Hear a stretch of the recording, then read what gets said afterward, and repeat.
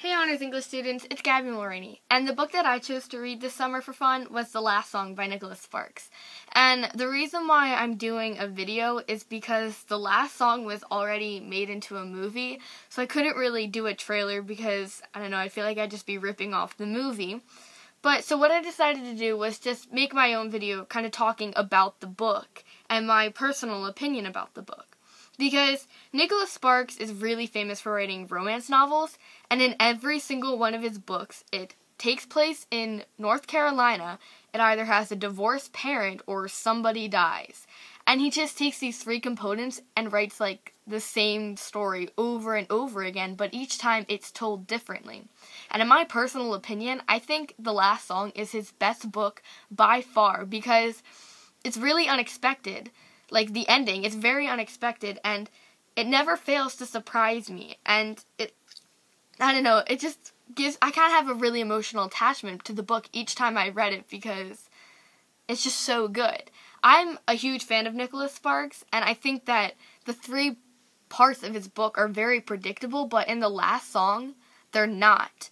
Because The Last Song is about a girl named Ronnie, who has to go spend a summer with her dad, who lives in North Carolina, because her parents are divorced. And Ronnie is not happy about this at all because she hates her dad. She blames him for the divorce of her parents. And Ronnie is so angry with her dad that she has not talked to him for 3 years. And she even gave up playing the piano.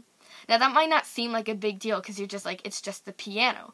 But for Ronnie, it's a huge deal because her dad taught her how to play. And she was so talented that a school in New York was offering her like a scholarship at 9 years old. And they had a spot waiting for her. But she was so angry with her dad that she gave up the piano. But now she has to go down to North Carolina and spend 3 whole months with her dad. That's absolute torture to Ronnie. She is determined that this summer is just going to be a bust. But when she's down there, she starts making friends, and she even meets a guy that she likes and would go so far to say she loves. She has the best summer romance anyone could ever ask for with this boy named Will. And Will made her so happy that she starts overlooking these problems she has with her dad and tries to mend this broken relationship with her dad. Now, this all is just rising action here. And then the climax happens, and it's just like, whoa. Because everyone in that book is hiding a secret, and they all just suddenly become revealed. And Ronnie doesn't know how to handle all of this because she feels like someone pressed pause on her life, and she is just falling. And during this time period, Ronnie doesn't know who to turn to because she doesn't know who to trust anymore with all these secrets that were being kept from her. Now, I don't want to spoil anything and I don't want to go any farther, but let's just say that that boring summer that Ronnie thought she was going to have did not happen. Her summer was anything but boring.